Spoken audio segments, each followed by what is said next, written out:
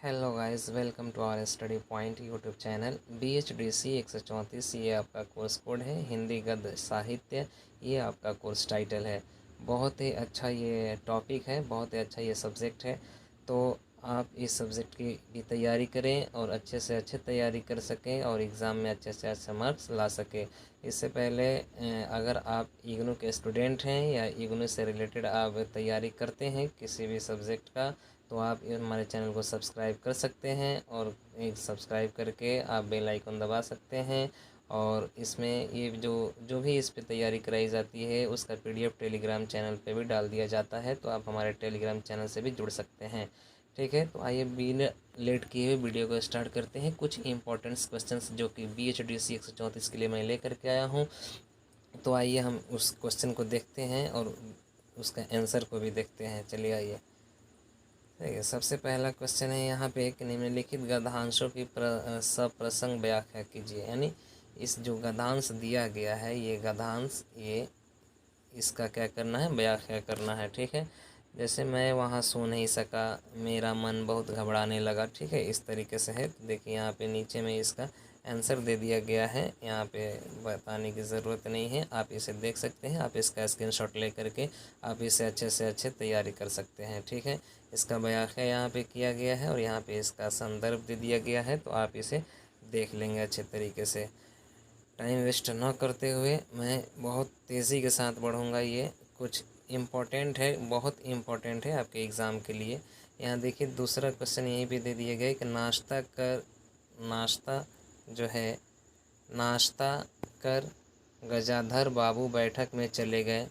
घर छोटा था और ऐसी व्यवस्था हो चुकी थी कि उसमें गजाधर बाबू के रहने के लिए कोई स्थान न बची थी। इसका भी क्या करना है, व्याख्या करना है। तो यहाँ पे इसका आंसर दे दिया गया है और यहाँ पे इसका व्याख्या कर दिया गया है, तो आप इसे देख लेंगे। राइट, चलिए हम आगे बढ़ते हैं। आहिस्ता से स्क्रॉल करेंगे ताकि आपको दिक्कत ना हो इसका स्क्रीनशॉट लेने में, और आप इस PDF को ले भी सकते हैं आप। ठीक है, टेलीग्राम चैनल से जुड़ करके। चलिए सेकेंड क्वेश्चन है, यहाँ पे बहुत तेज़ी के साथ बढ़ेंगे। ज़्यादा इसमें क्वेश्चंस नहीं है, बहुत कम क्वेश्चन है, लेकिन इम्पोर्टेंट है आपके एग्ज़ाम के लिए।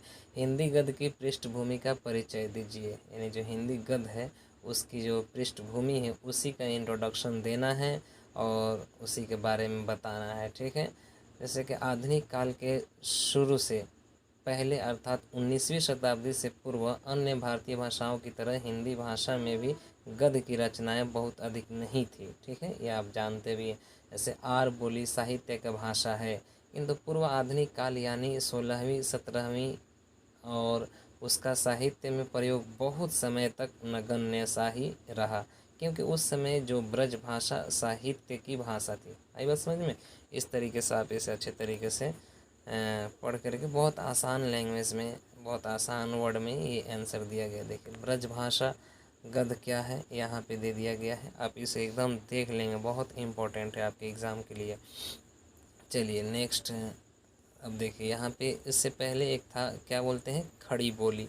खड़ी बोली गद्य बहुत ही इम्पोर्टेंट है ये। इसमें से तो क्वेश्चंस एकदम आते ही आते हैं, एकदम ऐसा है ही नहीं कि इसमें से क्वेश्चंस ना आया। खड़ी बोली गद्य, ठीक है, आप इसे अच्छे तरीके से देख लेंगे। चलिए बहुत तेज़ी के साथ आगे बढ़ेंगे,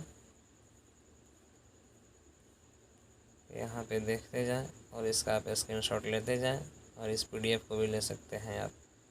चलिए क्वेश्चन नंबर 2 ख़त्म होता है यहीं पे। क्वेश्चन नंबर 3 है यहाँ पे। देखिए क्वेश्चन नंबर 3 क्या दिया गया है कि कहानी के तत्वों का विवेचना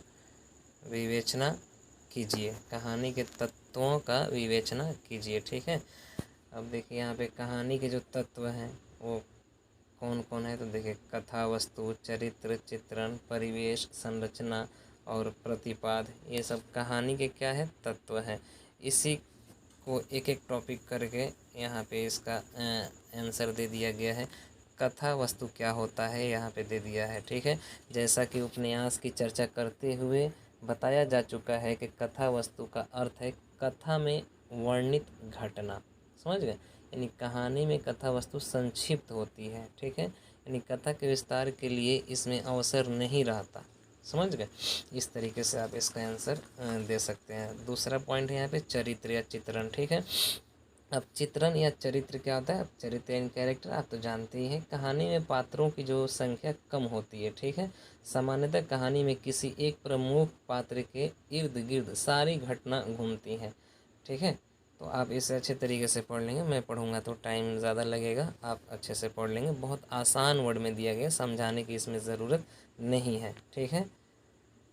देखिए परिवेश क्या होता है, यहाँ पे इसका दे दिया गया है। इस पॉइंट में परिवेश क्या होता है आप इसे देख लेंगे। और अगला पॉइंट है यहाँ पे संरचना शिल्प। संरचना शिल्प में एक आता है शैली और दूसरा है संवाद, ठीक है। तो आप इसे देख लेंगे, बहुत आसान लैंग्वेज में दिया गया है, ठीक है। और इसका स्क्रीनशॉट भी लेकर के आप रख सकते हैं। अब आती है मेन पॉइंट है पे भाषा।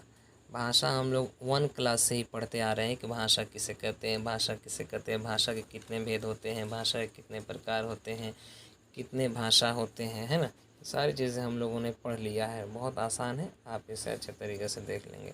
चलिए आइए अगला क्वेश्चन है यहाँ पे, जयनेंद्र कुमार ने उपन्यासों की विशेषता बताइए, ठीक है। जयनेंद्र कुमार के उपन्यासों, देखिए उपन्यास किसे कहते हैं जी, तो इसको इंग्लिश में नॉवेल कहा जाता है। नॉवेल का नाम सुने होंगे, बहुत कम ही बच्चे इसका हिंदी जानते हैं, उपन्यास, ठीक है। उसको नॉवेल कहा जाता है इंग्लिश में, ठीक है। तो आप इसे देख लेंगे। जो जैनेंद्र कुमार हैं इनके नॉवेल की जो विशेषताएं हैं आपको उसे बता देना है, ठीक है। देखिए जैनेंद्र कुमार के जो उपन्यासों की विशेषताएं हैं इसमें दे दिया गया है, तो आप इसे अच्छे तरीके से देख लेंगे, राइट। अब देखिए जैनेंद्र कुमार और देखिए प्रेमचंद भी जो थे, प्रेमचंद वो भी नॉवेल के राइटर थे, ठीक है। वो भी उपन्यास लिखे थे, ठीक है। ऐसे बहुत सारे ऐसे शायर हैं जो कि नॉवेल लिखे हुए हैं और यहाँ पे यानी कि उपन्यास लिखे हुए हैं। बहुत बड़े बड़े लिटरेचर के जो व्यक्ति हैं वो भी लिखे हुए हैं। साहित्य भाषा के जो राइटर हैं वो बहुत जो इंटरेस्ट लेते हैं उसमें, वो सारी चीज़ें वो लिखते हैं। शायरी भी लिखते हैं, नॉवेल भी लिखते हैं, फिर से आपको क्या बोलते हैं एस्से भी लिखते हैं, मजमून लिखते हैं, फिर से अफसाना लिखते हैं, है ना, खाका लिखते हैं, सवाने लिखते हैं, ये सारी चीज़ें लिखते हैं, ठीक। जीवनी लिखते हैं, आत्मकथा लिखते हैं, जीवन कथा लिखते हैं। इस तरीके से बहुत पहले के ये लोग ऐसे होते थे, ठीक है। देखिए इसमें विषय वस्तु क्या होता है, जो जैनेंद्र कुमार के उपन्यास में कौन सा विषय वस्तु होता है इसमें दे दिया गया है, आप इसे अच्छे तरीके से पढ़ लेंगे। मैं धीरे धीरे स्क्रॉल कर दे रहा हूँ। अब देखिए नेक्स्ट क्वेश्चन है आपका कि नमक का दरोगा, जो नमक का दरोगा के संरचना शिल्प पर सुधारण प्रकाश डालिए, ठीक है। तो इसका आंसर वहाँ पे दे दिया गया है, ये आप इसे अच्छे तरीके से देख लेंगे। शैली यानी कि इसकी जो कहानी की घटनाएं अत्यंत सामान्य है, इसकी जो शैली है तो आप इसे देख लेंगे, ठीक। चलिए हम आगे बढ़ते हैं। इसमें भी जो भाषा है इसमें दे दिया गया कि देखिए प्रेमचंद उर्दू की परंपरा से हिंदी में आए थे, ठीक है। यानी कि प्रेमचंद भी पहले उर्दू की जो परंपरा चलती थी उसमें वो जीवन अपना गुजारे, उसके बाद में ये हिंदी में आए थे, ठीक है। यह कहानी भी उन्होंने पहले उर्दू में ही लिखी थी, ठीक है। प्रेमचंद ने उर्दू में ही लिखी थी, ठीक है। इसलिए इनकी भाषा पर आम बोलचाल की उर्दू परंपरा का असर साफ दिखाई देता है, ठीक है। प्रेमचंद की बहुत सारी ऐसी किताबें हैं, बहुत सारे ऐसे जो ये लिखे हुए हैं जो कि उर्दू से काफ़ी इनको लगाव भी था, मोहब्बत भी थी, ठीक है। और ये इस तरीके से ये लिखते भी थे। चलिए नेक्स्ट आगे हम बढ़ेंगे। निम्नलिखित विषय पर टिप्पणी करें, कुछ पॉइंट्स दे दिया गया है। जैसे यहाँ पे देखिए वापसी का परिवेश, इसके ऊपर टिप्पणी करना है, तो यहाँ पे इसका आंसर दे दिया गया है, आप इसे अच्छे तरीके से देख लेंगे, राइट। चलिए नेक्स्ट हम आगे बढ़ते हैं। क्योंकि ज़्यादा इसमें क्वेश्चन नहीं है तो ज़्यादा टाइम वेस्ट ना किया जाए, टाइम को भी बचाना बहुत ज़रूरी है। चलिए आगे हम बढ़ेंगे। दूसरा पॉइंट हमें दिया आकाशदीप का शिल्प, आकाशदीप का शिल्प, तो यहाँ पे दे दिया गया है, आप इसे देख लेंगे, ठीक है। चलिए मैं थोड़ा धीरे धीरे स्क्रॉल कर दे रहा हूँ। अब अगला क्वेश्चन यहाँ पे आपके सामने है, आचार्य रामचंद्र शुक्ल के निबंधों की विशेषताएं बताइए। यानी कि ये जो एस्से के राइटर थे आचार्य रामचंद्र शुक्ल, ये एस्से के राइटर थे, निबंध के, है ना। उनकी क्या क्या विशेषताएं होती थी जब वो लिखते थे अपने एस्से, जब वो एस्से लिखते थे, निबंध लिखते थे, तो उनकी कौन कौन से उसमें विशेषताएं होती हैं। हम लोग भी एस्से लिखते हैं, लेकिन हम लोगों को टॉपिक दे दिया जाता है कि इस बारे में एस्से लिखना है, लेकिन उन लोगों को वो चलते फिरते जो चीज़ देख लेते थे उस पर वो एस्से लिख देते थे, और ऐसा एस्से लिखते थे कि दुनिया आज तक पढ़ती भी है उन लोगों के एस्से को। ठीक है, चलिए, आचार्य रामचंद्र शुक्ल के निबंध साहित्य की जो विशेषताएं हैं पहले वो यहाँ पे दे दिया गया है, और उनका जो विशेषताएं हैं यहाँ पे निबंध की वो इसमें दिया गया है। आप इसे अच्छे तरीके से देख लेंगे। ये समझाने की ज़्यादा ज़रूरत नहीं है, इसीलिए मैं इसको समझा नहीं, एक्सप्लेन नहीं कर रहा हूँ। बहुत से आसान वर्ड में ये दिया गया है, आप खुद से ही इसको पढ़ करके आप इसे समझ सकते हैं। ठीक है, लेकिन मेरे पास था तो मैंने ये शेयर कर दिया आपको, ताकि आपके एग्ज़ाम में काफ़ी इससे मदद मिले। नेक्स्ट क्वेश्चन यहाँ पे दिया गया, कुटज की अंतर वस्तु का विश्लेषण कीजिए, है ना, अंतर वस्तु का विश्लेषण कीजिए। तो यहाँ पे दिया गया इसका आंसर, आप इसे देख लेंगे। ठीक है, BHDC जो कि एक मतलब हिंदी का सब्जेक्ट है, तो हिंदी में ज़्यादा समझाने की ज़रूरत नहीं है। अगर आप अच्छे तरीके से पढ़े होंगे पहले जो बेसिक क्लास होता है उसमें, तो आपको ये दिक्कत नहीं होगी। अगर 9-10 अगर अच्छे से पढ़ लिए होंगे तो ये सारी चीज़ें आपको एकदम आसानी समझ में आ जाएगी, एकदम आसानी के साथ। नेक्स्ट क्वेश्चन है यहाँ पे, एक निम्नलिखित विषयों पर टिप्पणी कीजिए। ठीक है, पहला है निबंध और कहानी, यानी कि इसमें बताना है कि निबंध और कहानी किसे कहते हैं। ठीक है, इसके ऊपर यानी कि आपको बताना है कि निबंध क्या होता है, कहानी क्या होता है। ठीक है, लिखा तो एक ही तरह जाता है, लेकिन इसका निबंध कैसे लिखते हैं और कहानी कैसे लिखते हैं, हालांकि ये दोनों बहुत अच्छा चीज़ है। ये हम लोगों ने काफ़ी लिखा भी है, कहानी सुना भी है अपने दादा से, दादियों से, फिर से पढ़े भी हैं कहानी, और निबंध भी पढ़े हैं, तो आप अच्छे तरीके से आप जान सकते हैं। जैसे कहानी में थोड़ा सा यहाँ पे दे दिए, उपन्यास के समान कहानी भी अत्यंत लोकप्रिय विधा है, यानी कि उपन्यास मैंने बताया ना कि नॉवेल की तरह ही एक कहानी भी था। ठीक है, हिंदी में कहानी का प्रारंभ अनुदित कहानियों से हुआ। ठीक है, यानी कि मौलिक कहानी जैसे रचना बाद में शुरू हुई, है ना, रचना बाद में शुरू हुई। आधुनिक हिंदी कहानी का कहानी पर परिश्रम का प्रभाव है। समझ गए।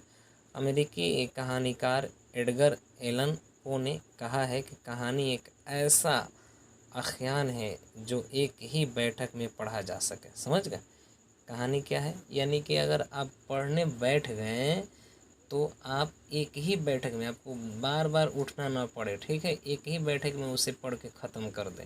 ये कहानी जैसे हम लोग भी अपने दादा से सुनते थे, तो कहानी जब तक ख़त्म नहीं होती थी तो हम लोग वहाँ से उठते नहीं थे, है ना, ये से कहानी कहते हैं। और निबंध क्या है, तो देखिए निबंध जो है संस्कृत भाषा का शब्द है निबंध, जिसका शाब्दिक अर्थ है क्या, संवार कर सीना, संवार कर सीना। प्राचीन काल में, है ना, हस्तलिखित ग्रंथों को संवार कर सिया जाता था, और इस प्रक्रिया को निबंध कहते हैं। समझ गए। धीरे धीरे इस शब्द का प्रयोग ग्रंथ के लिए होने लगा, वह ग्रंथ जिसमें विचारों को बांधा जाता है, समझ गए, निबंध कहलाने लगा। समझ गए, इसको आप अच्छे तरीके से और पढ़ लेंगे तो समझ में आ जाएगा पूरा का पूरा। अगला है सहस्त्र फनों का मणिद्वीप की भाषा, ये पॉइंट है, आप इसे देख लेंगे, अच्छे तरीके से पढ़ लेंगे। ठीक है,